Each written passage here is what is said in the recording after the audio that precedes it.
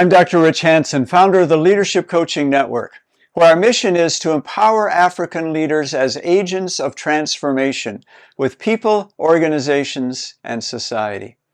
In this video, Robel, who for many years has been the General Secretary of EvaSUE in Ethiopia, shares about how coaching has become very central to EvaSUE in its ministry to over 50,000 university students in over 100 campuses all around the nation of Ethiopia.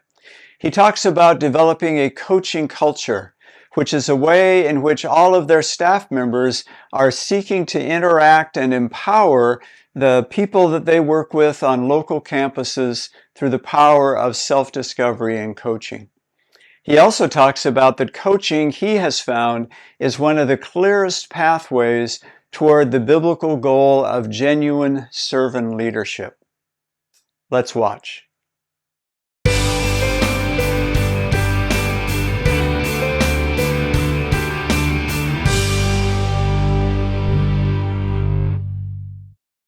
So, Robel, I'm so glad to be with you today. Tell me, how do you see coaching being helpful in your society here in Ethiopia? Yeah, thank you so much, Rich, for having me. We usually have this word which is called servant leadership. Servant leadership is a kind of buzzword in Africa, and everyone talks about it. But one of the ways to live and to really experience servant leadership is to be equipped with the basic tools of coaching. Because it involves listening, it involves an attitude which makes you to be servant, and also it gives you knowledge on how to deal with people, and also it gives you an amazing passion, whenever you are dealing with people. So coaching has got a huge role in our society, particularly for the leaders to be involved in servant kind of leadership. Thank you.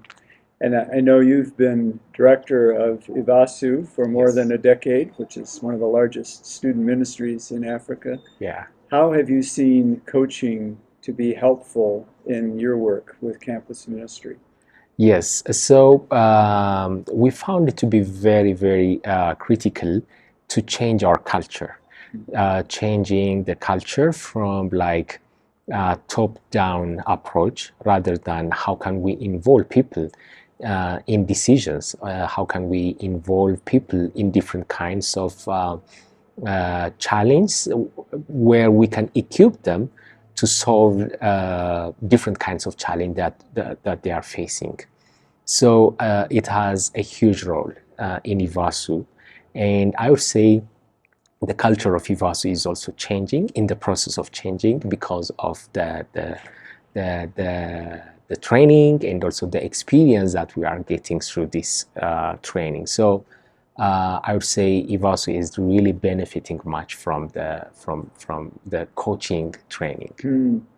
And one last question: what is your vision of what a coaching culture looks like in an organization? What would be your hope in the future for what a coaching culture could become? Yeah, so I would really love the coaching culture to be deep down rooted in organizations like EvaSUE or some other organization, particularly working in the young community, because the youth right now, they want to be heard, they want to be involved in decision making, they want to be involved, they are in need of somewhere where to belong. So in order to really capture the young people, we really need to develop that kind of culture, which is a coaching culture.